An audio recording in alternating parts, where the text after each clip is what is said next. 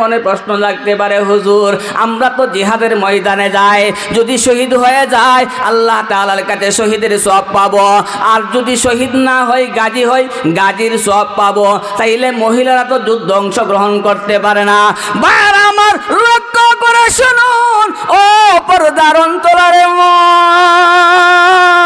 আল্লাহর নবী বিশ্ব নবী রাহমাতুল লিল আলামিন বলেন, কোন একজন বান্দা যদি জিহাদের ময়দানে চলে যায়, কাফেরদের সাথে যুদ্ধে লিপ্ত হয়ে যায়, কাফেরদেরকে মারে, কাফেররাও তাকে মারে, যদি শহীদ হয়ে যায় যতটুকু সওয়াব অর্জন করবে, আমার পর্দার অন্তরার মায়েরা যদি স্বামীর ঘর করে